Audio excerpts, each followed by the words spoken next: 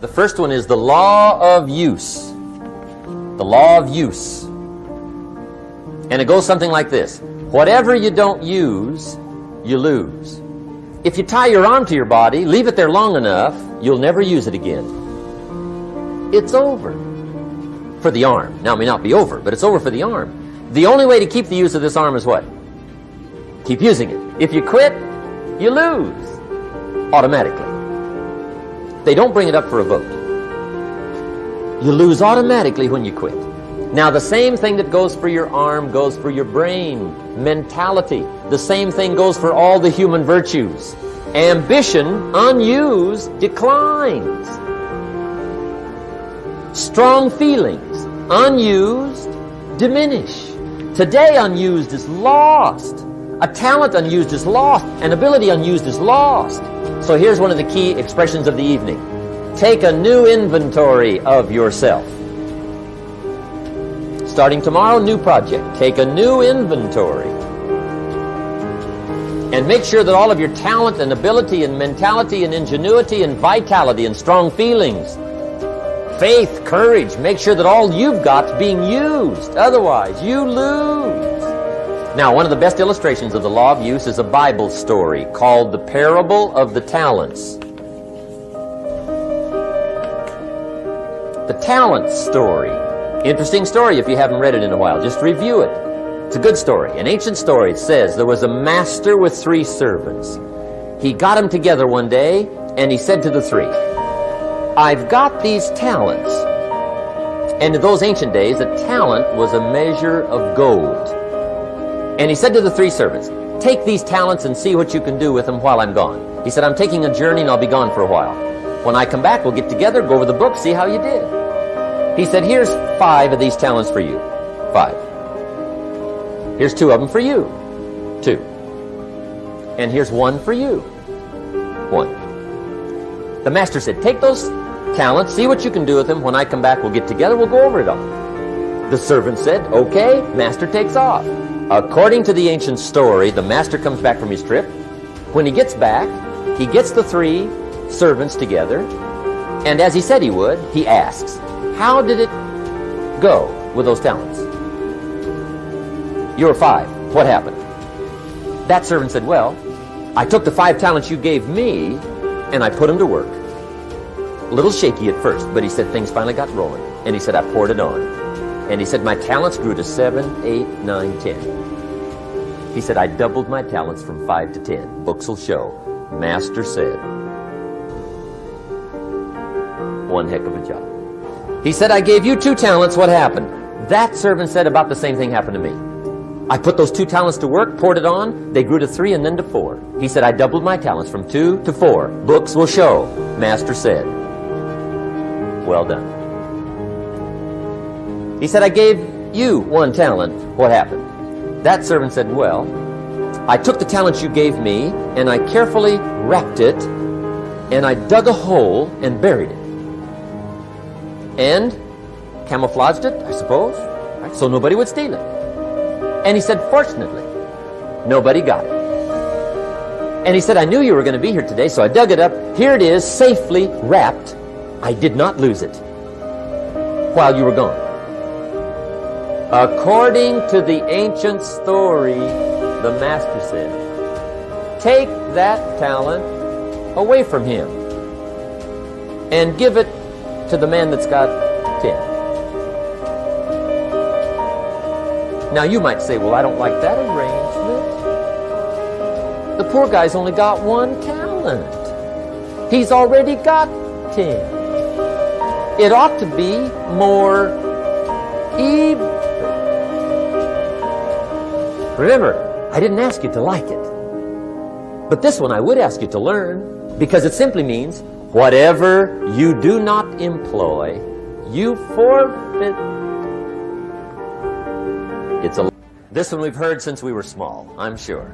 It's called the law of sowing and reaping. It says, whatever you sow, what? You shall reap. Here's my first suggestion on the law of sowing and reaping. Don't try to beat it. You might as well try sitting on the sun in the morning. Keep it from coming up. You'll have better luck. Whatever you sow, you reap. Now, for a fair share of my life, I'm a bit mixed up on how all this applies. Among a lot of things I was mixed up on. I knew I wasn't reaping too good. That I understood. My problem was I was confused about what was causing it. Remember me with the funny list? I thought those are the reasons why it isn't working out well. And then Mr. Schoaf gave me the clue that helped me figure it all out. He said, Mr. Rohn, I have another answer for you. There's another way to quote this law that'll show you where the problem is so you can go to work on it right away. All you need to know is where the problem is, then you can go to work on it. So he quoted me the law another way, and I found out what my problem was. Here's the way you quote the law. Whatever you reap is what you've sown. Whatever you reap is what you've sown. If you don't like the crop, who do you look up? Answer, whoever planted it.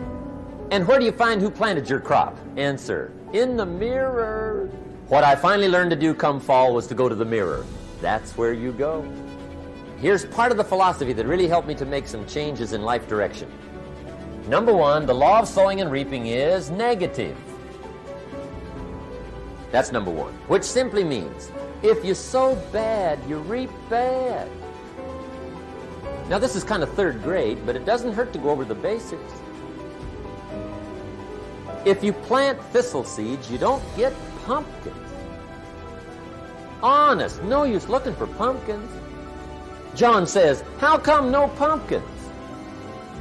Come on, John. The law's negative. That's how come. Now here's number two. The law's positive. Which simply means if you sow good, you reap good. If you plant pumpkin seeds, you don't get thistles. Not from pumpkin seeds. Mother Nature won't pull tricks on you or in the corner snicker and push new thistles and you plant pumpkin seeds. She won't do that. You will get pumpkins from pumpkin seeds, and the reason is because the law is positive. Now here's number three. I got excited when I found out the full dimension of this. See, you do not reap what you sow, but rather you always reap much more than what you sow. So the third key word is more. You don't get back what you put out. You get back much more than what you put out. And it works both positive and negative. There's one thing better than the truth, and that's the whole truth. And here's part of the whole truth of the law of sowing and reaping. Number 6 is, you could lose.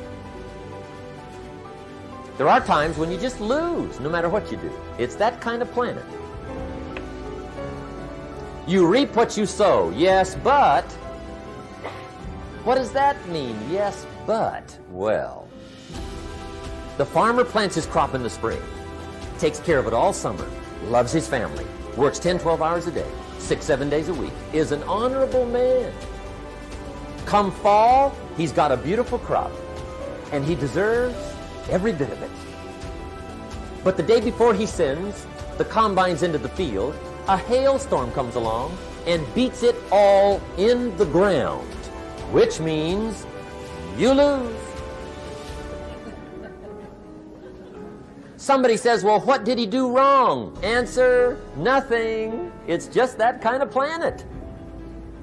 Sometimes it's going to hail on your crop and rain on your parade, so you got to get ready for that or you will be naive. That's just part of the life arrangement. And don't press me why. I was not in on some of the original decisions here, so I don't know how it got set up. But there's just times, sometimes you lose. That's part of life. But now here's number 7. The 7th key to sowing and reaping. And it goes like this. It's just another way to quote the same law. And it goes like this. If you don't sow, that's just another way to quote the law. If you don't sow, what?